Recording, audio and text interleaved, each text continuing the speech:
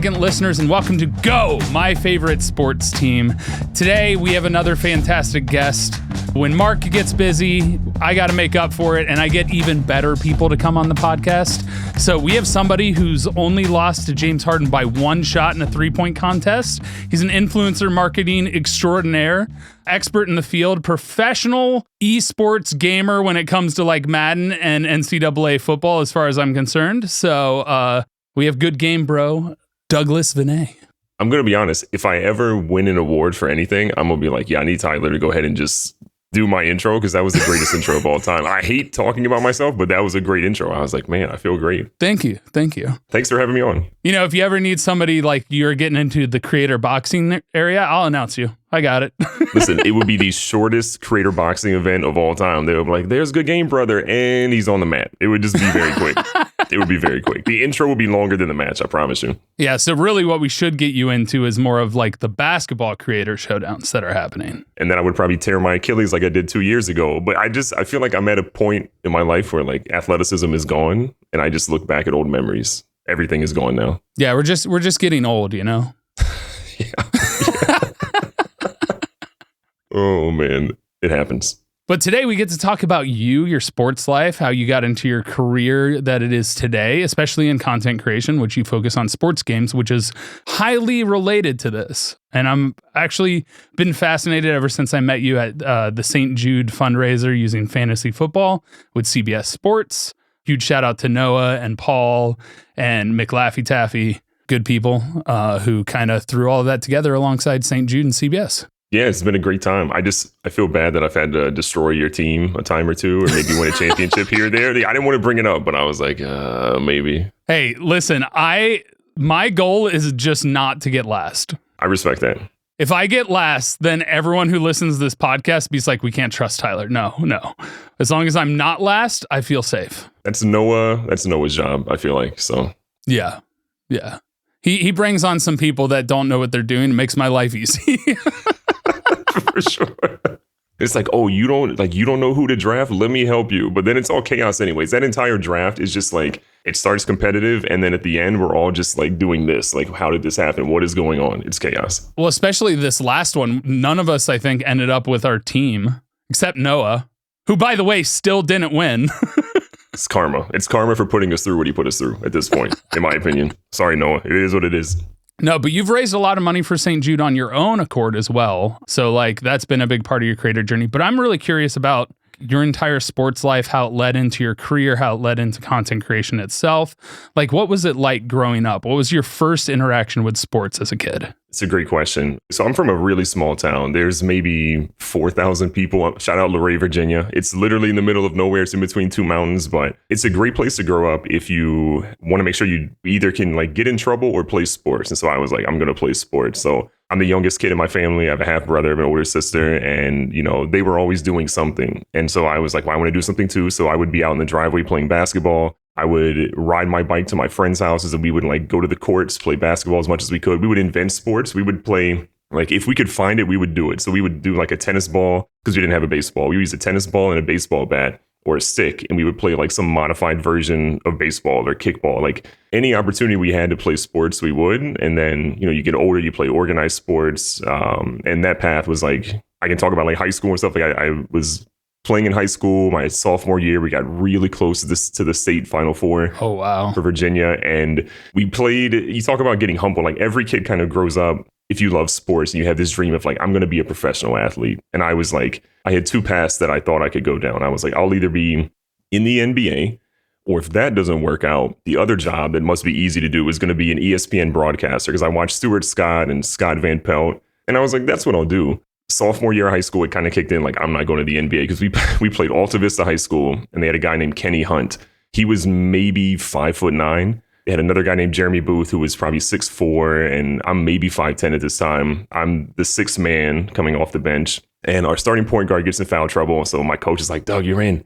So I hop in and I'm hyped. I'm like, this is a big moment. We win this game. We're going to the state like quarter or Final Four or whatever. Yeah. And this dude is bringing the ball up, and he's just like skipping, and he's like smiling. And I was like, something doesn't feel right. Like this is a big moment. Like the game is very close. He crosses half court, and he gets right to where the volleyball line is, which is a little bit past half court. And he pulls up and then he turns around. And I'm like watching the ball as I'm also seeing this man at the corner of my eye, like doing this to the crowd as the ball is still in the air. I'm like, what is happening? This is 2004, probably at this point. And the ball goes in and the crowd just goes electric. And I look at my coach and he's like, guard him. And I was like, I can't. And so it was just, we end up losing this game. We never get that close again. And it was kind of a realization of, I felt like I was really good. I was athletic. I could shoot. I could do all these things. But it was just a sign of no matter how good you are, there is somebody better. There is somebody way better than you. And it's kind of eye-opening at that point. Mm-hmm. Mm-hmm.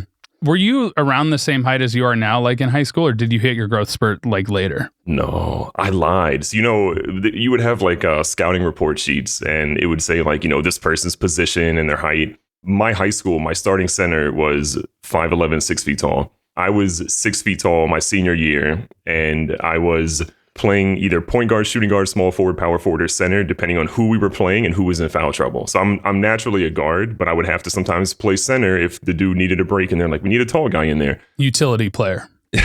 Literally, but it was frustrating because I'm like, I'm a natural guard. Like, that's what I want to play. And then after high school, I grew like 3 inches. And so I'm like about 6'3" now, which would have been great in high school to have that. But I lied on our sheet. The coach would be like, your height? Like, Veney, what's your height? And I would be like 6'3". And he would look at me and I would be like, hey, you called your future height. You predicted it. It's on paper now. If I had known that, I would have said 6'9". Yeah. 6'9" with a 7'4" wingspan. Could you imagine? Oh my God. I would have not been in the league. I just would have been a really tall marketer, but it would have been, nice to have that height. I don't know. With that height, I feel like you probably could have made it at least to the G League. I appreciate your boost in confidence. That means a lot to me. But I would have been sitting at a desk just way more uncomfortable than I am now. My posture would have been worse. Dude, flights would have sucked.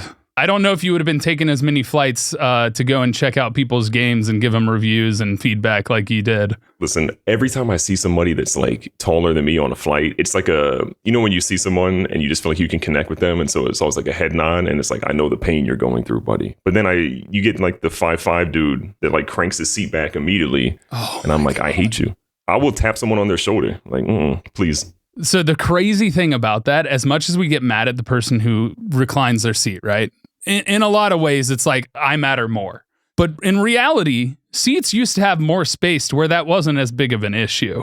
So it's ultimately the corporate greed that made it pack more people onto a plane that resulted in the issues we see today. You're not wrong, but I still need someone to be angry at. So I'm mad at the 5'5" guy in front of me every time. I'm like, this is technically not your fault, but today it is. It is. Yeah. Today it's like, come on, man.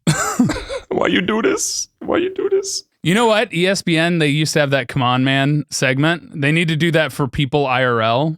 That you just went viral. You need to do that segment. That would go viral. Yeah.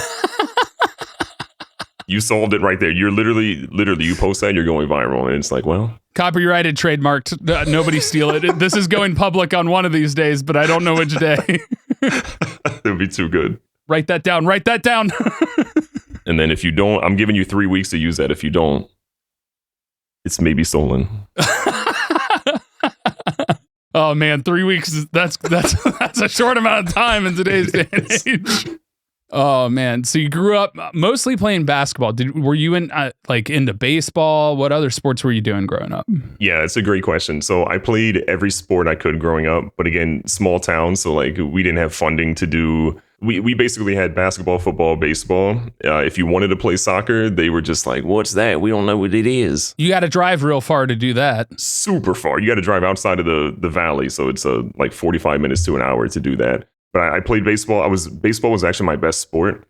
We didn't have travel ball because, again, small town, no funding. We were like, that area is like a very just like, there's not a lot of money there. Like we had a factory where most jobs were. It was like a Wrangler factory. It shows you how long ago that was. And then there was a Walmart. When Walmart opened in my hometown, we shut down. I didn't go to school. I skipped school. There was a ribbon cutting ceremony. It was like a top 7 moment in my life. Like that's how small that town was. I played baseball into high school. 9th grade year, I got called up to varsity at the end of the season to play. And I was super excited. And like we had a guy that was actually he got drafted by the Montreal Expos in like the 22nd round. Shout out Marcus Davis. And I was using it as like, I'm really fast. I can field. I can do all these things. Like I can use this as an opportunity to get on their radar. The game after they started coming to scout him, I tore my rotator cuff. Oh, God.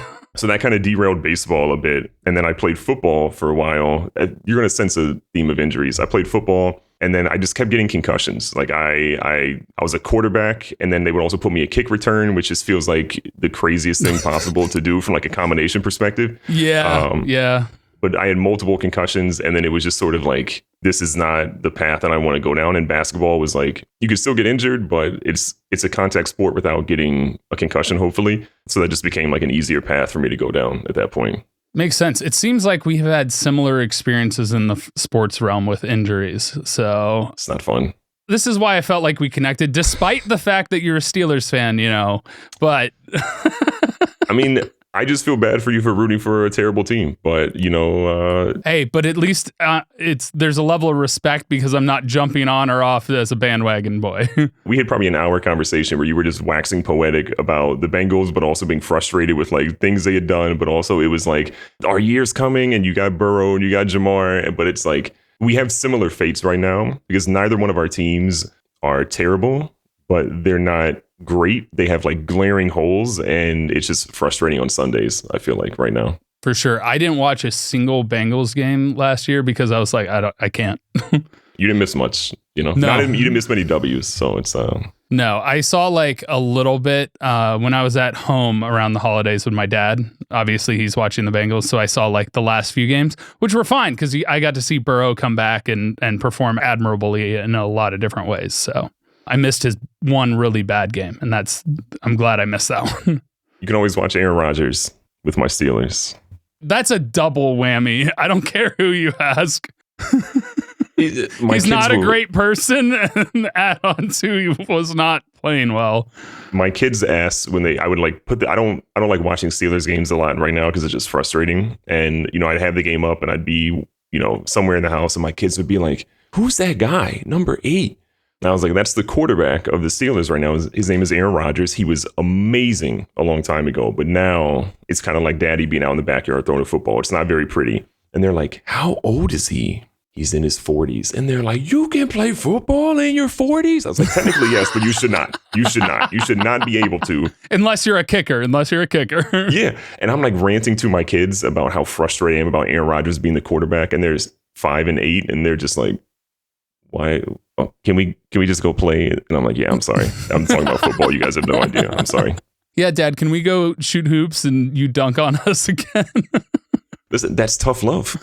I have a shrinking window of how long I can dunk on my kids, and they're growing like crazy. My daughter talks trash. My son is probably going to be way taller than I am because he's like off the charts on the growth chart. So I'm getting it in now. And the moment I feel like they can do something to block me or stop me, I retire. I'm like, sorry, Daddy can't play anymore. I'm too old. I'm retiring. You need to hire a professional sports photographer to take a picture so you get the posterizing picture. This is genius. I'm absolutely doing that. I'm an idea man. What can I say? Listen, between this and the come on man thing, I think there's some virality here. It's working. So going through sports, having your injuries and everything else, obviously you looked up to sports commentary. Is that kind of what led you into getting into more of like the gaming space and like playing games like Madden, NBA Live and that after seeing like other content creators entertaining people by playing games? For sure. I've always like played some level of sports game or just games in general. Like one of my favorite things we used to do as kids is when we would go play basketball, we would go back to my friend Audrey's like grandmother's house, and we would always have, you ride your bike or whatever, and you carry a bunch of stuff with you. And we would keep our like binders of sports cards that we had. We would basically play, I think it was WCW versus NWO Nitro on the 64. It would be a Royal Rumble, and to get entry, you had to take 5 of your like best cards and you had to put them into a pile. And then whoever won the Royal Rumble took all of the cards. And so you're sitting there with like, I would put in like a Kenny Lofton and a rookie card and like a Bo Jackson. You put in like 5 cards and people are calling you out like, no, that dude sucks. No, that guy's not any good. No, he's got to be whatever. And then you finally align, like everybody's like, okay, these are the cards. And then it's the most intense Royal Rumble. Like you're crying after you lose. You're like, I just lost a Ken Griffey Jr. rookie card. The competition was crazy back then. You're locked in the whole time. Man, you had gambling early on. I know, dude. You were at kids. You were probably at the lunch table playing trivia and putting in like your dessert in there and being like, all right, who's going to win? I think it just goes back to like the group of friends I had growing up. We were all competitive. We all played sports, and it was backyard football or video games or whatever. Like it was always centered around some level of competition and just like competing. You know, you have this love for games, and it starts out like wrestling, and then eventually, you know, I play NBA Live, I'd play NFL Quarterback Club, I'd play Ken Griffey Jr. Slugfest. Like if it was a sports game, I'm like begging my mom to get it. We didn't have a ton, and so then it's like, okay, how can I get money? So I would, you know, mow lawns or pull weeds or do whatever. Old people would give me $20 for it around their house. They'd be like, can you just pull those weeds here? I'm like, absolutely. And then I got $20, and then do that a couple times, you go buy a game. But yeah, all that stuff would stack on, and it was fun. Like I felt like those games weren't deep, they weren't overly complex, but you know, to your kid brain back then, they were amazing, right? And that was something where I would learn a lot about football or basketball or baseball from playing those games. I learned what different zone coverages were in football in Madden and NFL Quarterback Club. And then that helped me when I played football before the concussions to figure that out. And I love that, like basketball, understanding what a pick and roll was. I didn't have a coach teach me that. Before a coach could teach me, I learned it in NBA Live. Like those games were tools for me to like crave knowledge and figure out like, okay, if these dudes are doing this in the game, I can go try this on a basketball court.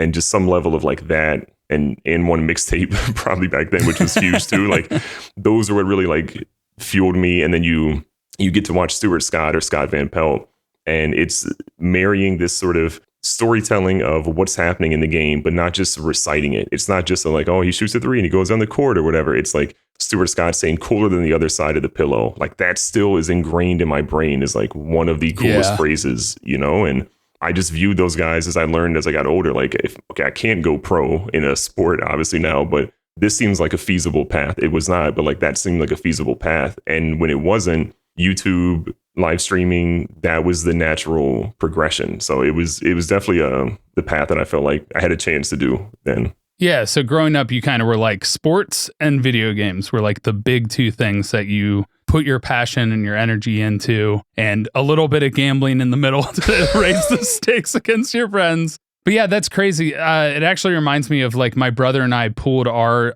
money together from doing stuff. A lot of times it was chores, and we bought our first game system ourselves, which was the N64 when it came out. And we were big Nintendo guys, but one of my favorite games to play on the SNES was Ken Griffey Jr. Baseball. And I was a big baseball kid too. So like, also my best sport, but ended up quitting because of a bad coach and some bullies in high school. So I didn't play high school ball. Man, that's wild. The crazy concept of looking at that. I mean, the other thing that's really cool about those games was it was like you could live your dream of being a pro player. Absolutely. And so you got to be in those like environments and put yourself in the show, like literally why MLB The Show is the best baseball game that there is right now. It's just incredible what those games do to create that dream a reality, even if you can't achieve it in real life. Yeah, I think what's really cool too is I think about when I was a kid and games I would play, like I would find myself being interested in like RPGs and wanting to play those, but the subject matter didn't always connect with me, right? Like when I was younger, I didn't have like, again, small town, you don't really get exposed to a ton of stuff. And so the concept of like more like nerdy, like Dungeons and Dragons style stuff, like hadn't really connected with me yet, because I had never been exposed to it. But sports, obviously, if you think about it, really is just like Dungeons and Dragons with like balls and like stats, right? Like I think about how many times I've like got in conversations or arguments with people about like, oh, this dude was like one of the best rookies ever, or like he's one of the best 3-point shooters ever, and I'm like rattling off stats and things and situations, and I'm like, I really feel like I'm just talking about Dungeons and Dragons, but it just has a sports layer like on it at this point. And the sports games that we play now, whether it's NBA 2K, which is an RPG when you talk about the My Player mode, Road to the Show in MLB The Show is an RPG at its core. Like you were role playing as a character, you were leveling that character up, you were doing these little tasks and progression systems. You have quests, side quests that you're doing throughout it. Like every good sports game has essentially become an RPG, and it's mimicking what you did as a kid, like growing up, trying to figure out your sport, how to get better, your training and all of that stuff. And it's the most similar thing you can do when you lose the ability to play something at a high level. Like I wish I could go out and just like spend 5 hours on a weekend just like playing basketball or whatever, right? But like I don't want to take away time from the kids. I also don't want to get injured and tear my Achilles again. But I can go do that digitally, and it scratches that same like thing for me. And I'm like, you know what, this is actually fun. Like I think that's why we sort of gravitate towards that like as we get older. career modes, franchise modes become like part of you, I think, at that point. Well, and then also, I mean, not only are you like reliving that, but the fact that you can then apply your knowledge from playing the sport to playing the game and vice versa, like lends itself to it. I think it was just even within the last like couple decades that NFL teams started using Madden and putting stuff in there to help educate their players to understand their own playbooks, or even understanding how to game plan and what the game plan is against another team by understanding like some of the plays that they put in from watching film. It's actually really funny that you bring this up, because when I was in college, I walked onto the football team, right? I didn't play college or football in high school. I was the main person the offensive coordinator brought in to watch film with him, to be like asking me what I see versus what he sees. And that was like my last year there. And it was just wild to me because I never like really watched film for football, but I had played so much of like NCAA football and stuff like that I understood coverages. And it also probably helped that I played defense when I first walked on and then switched to offense, so that I understood what zone concepts and zone man concepts and pickup zones were. It's something I didn't remember until you brought like this whole concept up of learning that actually happened was a cool part of my sports career. But I mean, you at age 17, not only did you enjoy these games, you actually wrote review as a part of senior project, and it ended up going and giving these games feedback after like playing them in early access, which is incredible in of itself. What was that like? First of all, shout out Mike Jones. If you remember 281-330-8004, hit Mike Jones up on the low, because Mike Jones about to blow. If you remember that song was like my senior year was blowing up. I had to do a senior project, and my grandmother, my grandmother she was essentially a parent to me. And so she's like, hey, what are you doing for your senior project? And I'm like, I don't know. Like everyone in my area, super rural, was building birdhouses or dog houses or restoring cars. And I'm like, I don't know how to do any of that. I just play sports and whatever. And she's like, why don't you do something with websites? Because you're always on a computer. And I was like, okay. And so again, broke, didn't have a lot, but I would drive to a bookstore, I'd read a book on coding, and I'd learn something there, and I'd like take notes, and I didn't have enough money to buy it. And then I would go home and I would load up like Dreamweaver or whatever program I essentially had access to, and I would like try to make some of those things happen. And so I made a senior project. It was called whoisdougieveney.com, because I was, again, not creative. I was like, Mike Jones had whoismikejones.com, so I'll just do whoisdougieveney.com. And then I abbreviated it WIDV. I got like a really great grade on it, my senior project. I had an old lady give me a 99. Everyone else gave me 100. I'm still salty to this day. But it turned into this thing where like I loved games. I loved writing. I was reviewing them. When I was 19, EA invited me to go out to to a preview event for Dead Space. It was so weird. I was like living with my mom at the time. They had like a limo come pick me up, but I was 2 hours from the airport. Wow. And so I was like, this is so awkward. And my mom's like taking pictures, and she's like, look at my baby. He's going to prom on an airplane. But I go out there, and it was so cool because I had a great experience. And then I got connected with EA Sports. I was doing stuff for NCAA football. It was this very surreal thing because I played the games. I was waiting. I would go to midnight launches for them, and I'm in the studio talking to the people that make them, and I'm giving them direct feedback on like what I saw, what I thought worked, what I thought didn't work. I'm getting to play it early. I got my name in the credits a couple of times for like feedback, and I was just like, 12-year-old me would lose his mind right now at the concept of being able to do this. And it goes back to that, like, you love something, you pour time into it, you pour energy into it. Like at some point, people are going to connect with that. And if you do things that you love doing, even if it's like a weird niche, like there's always somebody that has a similar interest that is like, oh yeah, I like what that guy does or what that girl does or what that person does. And they might gravitate towards it too. And you don't need a major audience. You just need people that like what you like. And if you're consistent, you get a little lucky, right? Like that's part of it too. But it was such a cool experience to go from not knowing what I was doing. Like I quit college basketball. Like I got recruited to play D3. That was part of it too. I got recruited to play D3, and I went to this college to play 2 to 3 weeks before the season starts. I just go to the coach and I'm like, I don't love this. Like I thought I loved basketball. That was all I knew, but like I just don't love it anymore. And so I quit. And then I was like, I guess I'm gonna go full time with this website. And that helped out so much, right? Like they gave me that filled a void, I think. And I'm lucky that it took off when it did back then. Do you think that kind of coincided into you then becoming a content creator as well? Because you were already reviewing these games, then you saw people were playing them and entertaining audiences, and you're like, well, I'm already playing these games. Why don't I also create content with it? For sure. Big shout out to guys like Gold Glove TV or QJB. Those guys were doing what I wanted to do, and I'd watch them and I loved their videos. And I was like, if they're doing this and I'm enjoying it, I could probably do this and some people would enjoy it, or I can at least just like try it. And it's always like weird, right? like you see someone do something and it seems so easy, and then you go to do it and you're like, bro, I don't know what I'm doing. Like, this is like, I don't know what's happening right now.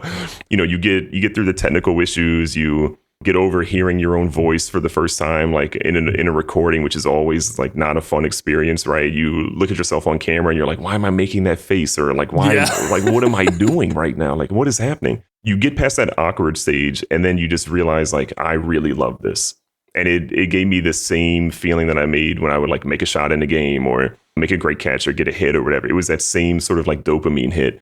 I think at that point, and what a lucky world we live in where we can just record ourselves playing video games or talking about video games and people will like want to watch. And it's like, it's such a cool blessing to have. Well, and I mean, sports video games also blends that mix into, it's like you're watching an actual sport game. It's just you have a different commentator. And that lends itself to then being able to fill that concept of coming up with your own kind of quips and different things to describe what just happened. I know there's one particular one where he's put the whole team on his back with a broken leg. That was a crazy clip. Greg Jennings. Greg Jennings, yep.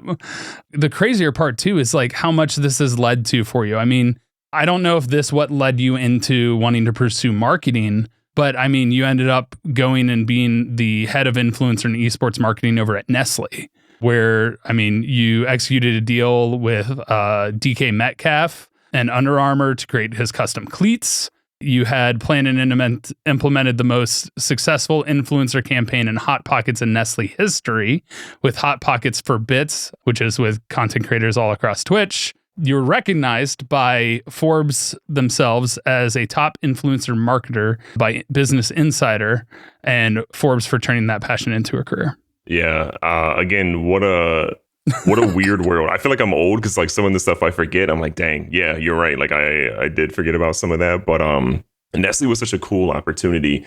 What's really interesting about how I got to Nestle is that it's directly connected to me going to EA Sports on those visits back in the day. Yeah, I did see that. Yeah.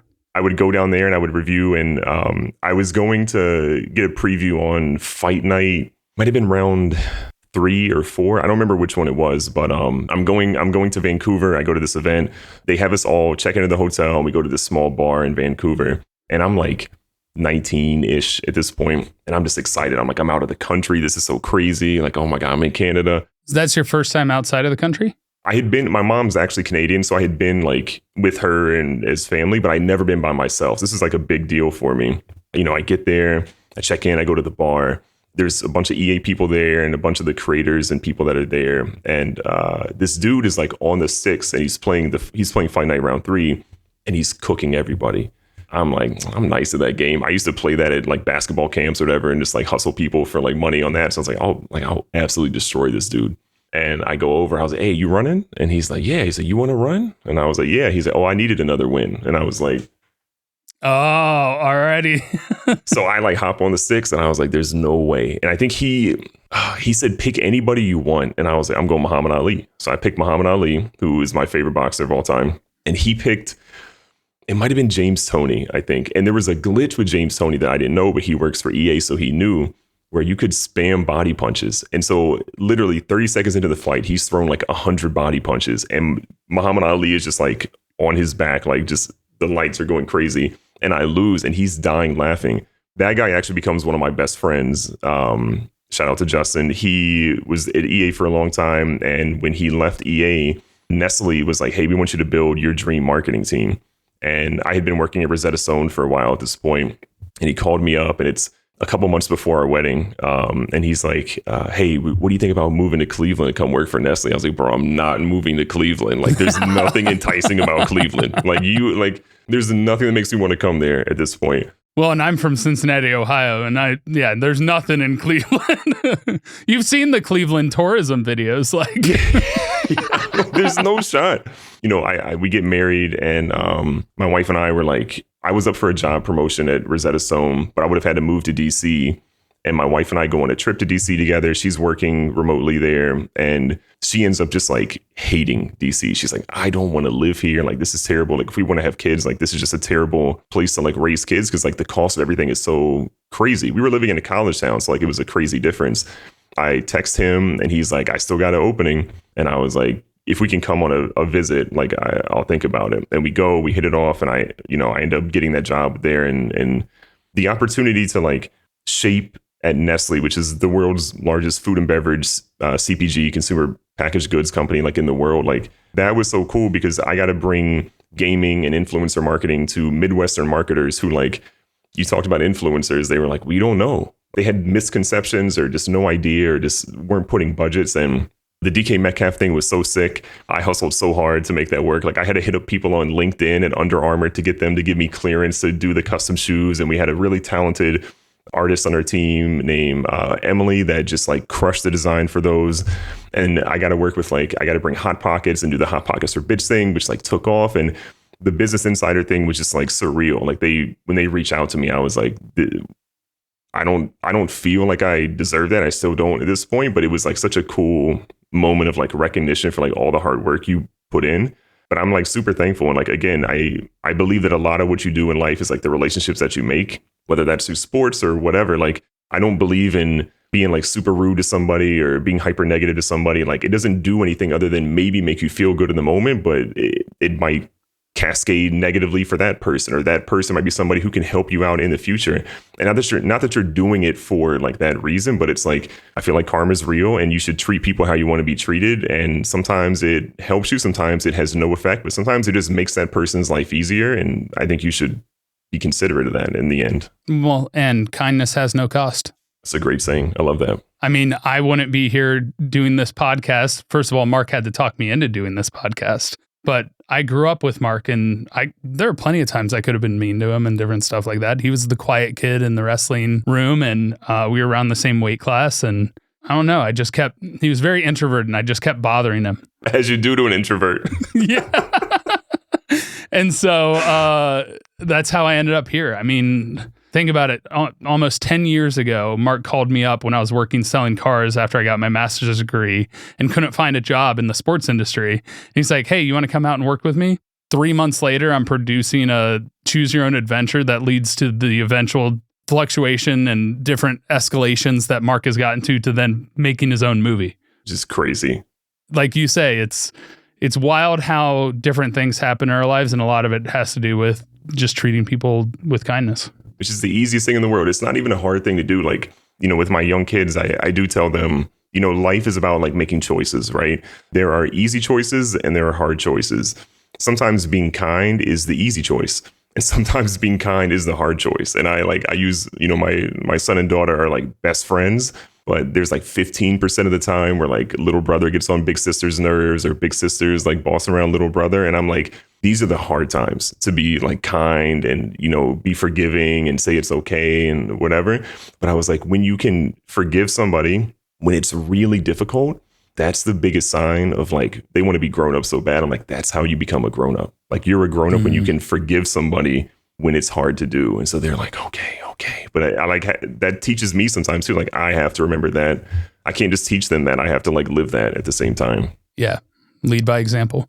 Absolutely. Isn't it funny how when we're kids, we're always like, I want to be a grown up. I want to have all this freedom to do all this stuff. And then you get there and you're like, man, I wish I was a kid again.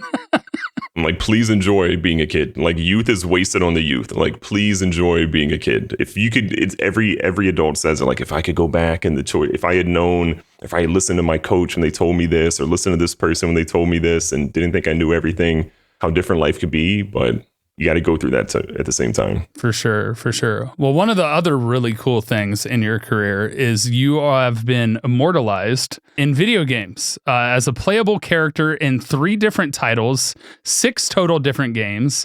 You were a playable character in NBA Live for 2 years, MLB The Show for 2 years, and Playground Sports for 2 different years. What was that like? Did you have to get your body scanned? Was there like anything like that? Did you do motion capture? You go and play yourself swinging a bat or shooting a basketball? Dude, it was so weird.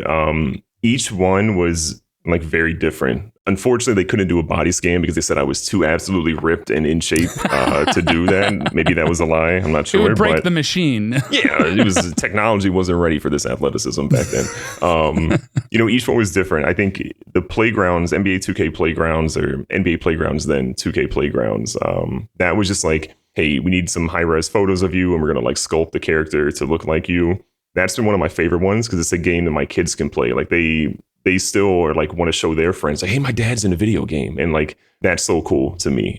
That's like what it's all about. And then NBA Live was really cool. That was the first one, if I remember correctly. That was like, go in, sit down. There's like a face cam rig. It's like you're sitting there and it's so you don't, even if you feel very good about yourself or whatever, which like I'm always like scared about that stuff. It's like 36 cameras and they're like, here, look at this high res picture of you. Let's zoom in. And I'm like, please don't zoom in. Dear God, please don't zoom in. I don't want to know how big or small my pores are. Thank you very much. No, thank you. No, thank you. But like, that was very cool. And they, the artists will send you updates or they'll send you updates periodically. Like, hey, here's what your guy looks like and pick your outfits. And so I picked like a Coogee sweater or whatever in one of them. And I had like a Cavs jersey because we lived in Cleveland at the time. I have pictures that the editors can pull up. So... And then the craziest one was MLB The Show. They flew me out to San Diego and it was like I flew out at like 6 a.m. and then I landed. One of the guys picked me up from the airport.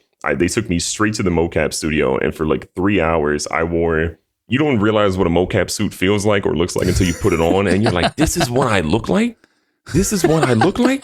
This is crazy.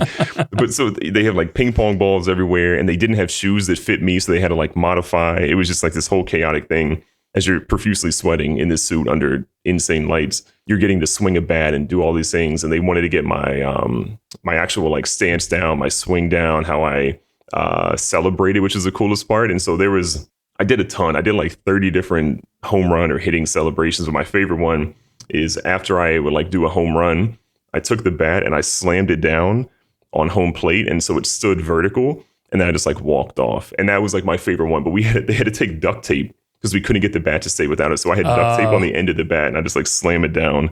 It's a very cool experience. But it also gives you like, I guess, a better sense of appreciation for what the people do at those studios because you're like, you see what you do and then you see how they have to actually tweak it or how something doesn't work. And you're like, man, they're doing this all day long. Like this is actually like really taxing. And then seeing it in the game was like so cool. That the first time booting it up and like typing in my name and seeing that character in like MLB The Show or like having people send me screenshots and be like, oh my God, I saw you in NBA Live or my kid is playing as you in NBA Playgrounds. Like that just sort of like resets your brain and makes you want to like try even harder for, something else too. Like it was a blessing to have that for sure. Is that why you entered into the EA Play Touchdown Dance Challenge back for Madden 19? I hope because you ended up winning that. So listen, I hope I never piss you off because you were pulling things from the archives that I'm just like, dude, you have like some FBI connections. This is crazy. Yeah, I did do that. Embarrassingly, I don't even want to know what that looks like. I hope there's not video evidence, but I did do that a long time ago. Yeah, I'm sure there is video evidence somewhere. If there is, I'm going to prove to my daughter that I can actually dance, apparently, because I got a touchdown dance win. Yeah, there you go. And that's just, what was that, 7 years ago? But at this point, every year is like dog years, I feel like. Yeah. So it's rough. It's rough out there. With all these accomplishments, obviously both in video games and then even in sports, like your athleticism, what has been like the hardest setback or hardest thing you've had to deal with? I know you tore your Achilles, and we had a good talk about that because that's when we first met, was like shortly after that had happened, after your surgery and recovery. But like, what do you think has been the most difficult hurdle that you've faced?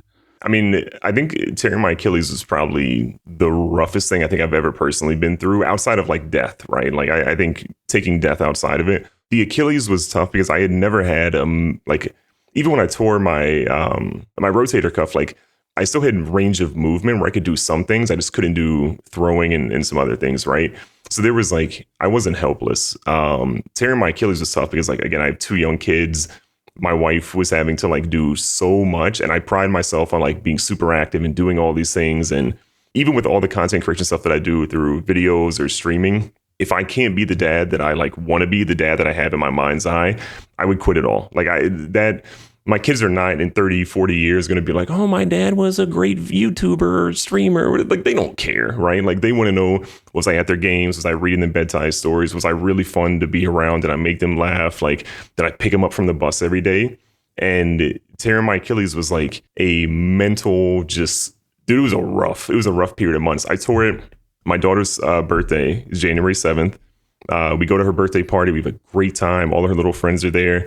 And we go home, and then I had a men's league game, first game of the season that night. I had finally just like convinced myself, like, I'll play a men's league season. I'm itching to play competitive ball. I go to the game. My wife and kids like stayed back because I'm like, please do not come watch your dad like relive like glory days.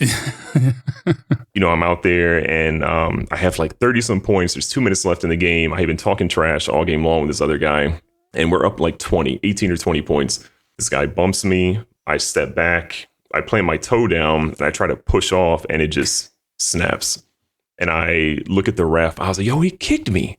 And the ref is like, no one kicked you. And I was like, I swear I felt that he kicked me. And the ref had this like look on his face, like, no one kicked you. And I just like knew that something was wrong. And we had a teammate that was a little intoxicated, I think, at this point. And he's like, if you can push your foot this way, you're good. If you can't, go to the hospital. And so I'm like, I'm trying to push my foot forward, and I can't. And I'm just like, I'm absolutely like cooked. And so the feeling of I was selfishly trying to relive basketball glory days and just do that, and knowing that now, like, getting my kids a glass of water, not a glass, but like a bottle of water at bedtime, I couldn't do that because once I got it, it took me 10 minutes to go upstairs. Mm-hmm. So like once I'm upstairs, I can't easily go down. So that was something my wife had to do. She had to be up late or be up early with the kids. She had to then check on me or help me with stuff, right? I couldn't even jog until October. So from January to October, I was basically like not in the ability to like even take a quick couple of jogs, that you could tear it very easily. Mm-hmm. So that's probably the most difficult thing I've been to non-death related. And it was humbling for sure, because you realize like how quickly your mobility can like go away from you. But it also reframed me so that I was like, you know what, I love basketball, but I don't love it that much. Like let me just coach my kids and spend more time doing that stuff to get that same sort of like itch scratch versus trying to go hoop to prove to some old dudes that like I still got it, at that point. Yeah. I still remember having that conversation at the fantasy football draft and encouraging you of still be able to like dunk a basketball or work on that. So when I saw you putting those videos of your steps doing that made me feel so happy that you were pushing past that fear of re-tearing it and trying to work on that. But I will say, ever since I heard about your Achilles tear, I've been so terrified of tearing mine that I've been like stretching crazily, like making sure my calves are good. Like I'm in PT right now because I tore the like entire arch of my foot playing college football. And so my arch was never back. My left foot is flat and my right foot had an arch. So I'm working on getting that back. And every time they massage my calves, they're like, your calves are crazy tight. And I go, uh-oh. I don't want that to happen. Anytime I have the slightest pain in my Achilles, I'm like, Doug, please, I don't want to tear it. Dude, that's how I feel. If my calf gets tight at all, I'm like, whoa, shut it down. I'm like, if my kids like have a piggyback ride, not tonight. Daddy's calves feel a little tight. I don't want to risk it. Mm-hmm. I can't imagine what that was like not being able to like chase around your kids or play with them too. Like that's rough. Yeah, it kills me because like I'm definitely the like silly parent where it's like, make dinner and then I'm chasing the kids around the living room, or like they want to go outside and throw a ball or, hit a golf ball because we have like this little golf toy thing they love, or shoot basketball on the court or whatever. And then I felt selfish too because we built a basketball court, like a half court, like in the backyard. And I'm just looking at it like, I can't use this. Like that was selfish, like again, at that point. So it was tough, but as much as it sucks to go through it, like I am glad that I did because it reframed just so much for me to be like, you know what, I'm like in my 30s. I don't need to go chase like the dream of being great at basketball anymore. Like I did what I needed to do. I had a lot of fun, but like watching my son and my daughter go do sports or do dance or whatever, Like, that's more fun. When my daughter did her first dance recital, and I didn't think she was going to walk out on the stage and actually do it because she's so shy. And then she did it. I'm like crying in the crowd. And my wife is like, "Are you crying?" And I'm like, absolutely. Like, I am just real dad tears, like, out here, right? Watching them go find stuff that they love and helping them find that lane is just like, that's way better than anything I've ever done, like sports or content creation. It's such a cool feeling watching that. Well, now you're working at Ridge, is that correct? Yes. Doing some influencing marketing with them, still creating fantastic content that occasionally graces my Instagram reels or YouTube shorts or stuff like that. I do catch it from time to time, even though I don't watch a lot of that stuff. It does pop up, which I appreciate. Especially the wholesome times when you're out shooting hoops with your kids. That's really cool to watch. Especially dunking on them. My favorite part of the whole thing. That'll be happening soon. The weather's getting better in Charlotte, and so the dunking will continue again. But with all the different things you've done throughout your life, a lot of things tremendously successful. I mean, I went to school focused on marketing and PR and sport business. So hearing and reading about all the stuff that you've done has remotivated me in a lot of ways to be like, man, that's the stuff I wanted to do. But it's really cool to be able to find out more about you. I know we've had plenty of sports conversations and different things like that. But what would you say, aside from being a parent, because most parents will always pick that, is your favorite moment of your career or the coolest thing you've accomplished? The easy answer I would say that I won't give would just be marrying my wife, because that's my best friend. That's my rock. That's the second cheat code. That's definitely the cheat code. What she means to me and what she is for myself, the family, just spending time with her is the greatest thing. And watching her become a mother has been incredible. But if I can't do the easy answers of the parent or the husband thing, I would say raising money for St. Jude. I think I'm at 180,000 ish raised for St. Jude since 2018. And I kind of randomly lucked into getting connected with them. And I'm so glad that I did. I lost, my best friend in sophomore year of high school to something called Wilson's disease, which, impacts your liver, which if your liver shuts down, then it goes to your kidneys. And that was a very traumatic, tragic thing for me. And so when I got the opportunity to do something with St. Jude, that was really important because I could help families like her family that are dealing with something that no family should ever have to go through, no parent should ever have to bury their child. So that was I would say working with St. Jude and being able to help fundraise all of this has been incredible, man. There's been so many cool moments from singing Chocolate Rain because we hit $10,000 on a stream raised or whatever. And that's always not fun, chaotic, but it's for a great cause. Having to shave off facial hair on stream or whatever. It's it's a time to sort of reflect. It's a time to be thankful, but it's also a time to not be super uptight about who you are or what you have. It's just you're doing this for a cause that everybody believes in and more people should be able to donate to. So this is a plug to say, donate to St. Jude if you have an opportunity to. It's a great organization and they help out a lot of families. And if you need a particular fundraiser to focus on, I'm pretty sure Doug and I will be doing the fantasy football draft again next year with St. Jude and CBS Sports. So stay tuned for that. You can also impact the draft with those donations and have fun with us. But that's incredible. And you were pretty much spot on for the amount you raised. I even have it listed here. I'm not surprised. Again, you work for the FBI. You cannot convince me otherwise. But that's crazy to me for all the different things you've done. I mean, you've been able to work alongside Patrick Mahomes, James Harden, Saquon, Joel Embiid, Devin Booker, and Mike Connolly. So to have St. Jude be at that level is real. And that means a lot in the sense of how I view you as a person, which I already thought very highly of you having done the stuff that I have with you. Giving back when you've had so much happen in your life and so much good has come your way just feels like the right thing to do. As cool as it is to meet other people, man, meeting just one person that's so excited to see you. I've been on Make-A-Wish stuff with Mark. I've been at St. Jude, all these kids that it's that's their world. And to make their day better, even if it's without even raising money, just to sit down with them or play a video game with them and then be able to do even more and raise money to help the organization that's giving them a better life and the opportunity for a better life, as well as the families, is just so important and so meaningful. And so I couldn't agree more. Yeah, we talked about it earlier of that cascading effect of kindness, man. One act that is relatively simple on your side can have a cascading thing, right? If you can give the kids hope or the families hope or give them time, time is the most valuable resource we have. You can spend time, you cannot get it back. And so through fundraising, we're able to help families have a little bit more time. Hopefully that's a exponentially longer period of time, but even if it's just a short window, like that matters, right? Like those are memories for that family and opportunities for them. And I don't know how you could not want to fundraise for St. Jude when you know, that's the core of it.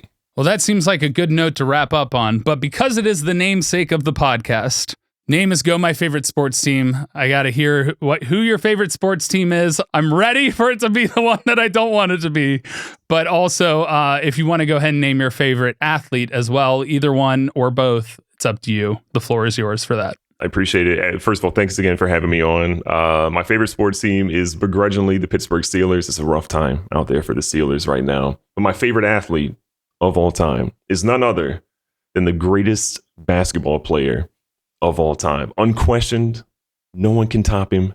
LeBron James, the GOAT of all GOATs. LeBron is the greatest of all time. I don't disagree. He's the most versatile player to ever step on the basketball floor, and his stats speak for themselves. Doug, I want to give you the floor to tell people where they can find you, where they can support you, what cool projects you're working on, anything you want to shout out that you've been a part of or want to make people aware of. The floor is entirely yours. Close us out, letting us know where they can find you. Yeah, no, I appreciate it. You can find me pretty much on every social media platform, Instagram, YouTube, Twitch, Facebook, TikTok. I don't really post there a ton, but GoodGameBro. If you look up GoodGameBro, you'll see a gentleman who is racially ambiguous. You can't figure out what I am. I'm like a bit of a chameleon there for you. But you'll find me there. And then I also have a project that I work on in my spare time called Maybe Next Year. Every sports fan knows the phrase maybe next year because you think your team is going to be great. You have a feeling that, oh, this is our year. We signed this rookie. We signed this free agent. We made this trade. We got new management. We fired our coach. We got a new coach. This is our year. And then like the rest of us, especially Steelers and Bengals fans, you realize that this is not your year. It's going to be next year, potentially. So maybe next year is a sports brand. If you ever want to check it out, it's a great Discord community. I do sports merch there as well. It's a great time because your team is going to suck too. Oh, yeah. I bet you make a lot off of Cowboys fans. You know, Dallas fans are in perpetual denial. It's been 30 plus years. And if there's anything that Cowboys fans are going to say, it's we them boys and maybe next year. They will always say those two things. Yep. And America's team. That's the third one. Which I don't even know if they are anymore. So did you know the Pittsburgh Steelers initially got the offer to be named America's team, turned it down because they're the Steelers, and then they went to the Cowboys? Did not know that. I should know that as a Steelers fan, but I didn't know that. You're welcome. Again, you work for the FBI. You cannot convince me otherwise. You know too much information. This is insane. All right, go check out Doug where you can find him. GoodGameBro is usually his @ if I remember correctly. But if you want to support the podcast and support us by buying some merch, store.gmfst.com. You can get a cool shirt like this. There's a few other different designs and things that are there. We've got sweatbands coming out, some other cool stuff. If you want to give some feedback, have any guests you want us to talk to or have on, or maybe you want to talk to Doug and ask him some questions, reddit.com/r/gmfst is where you can do those things.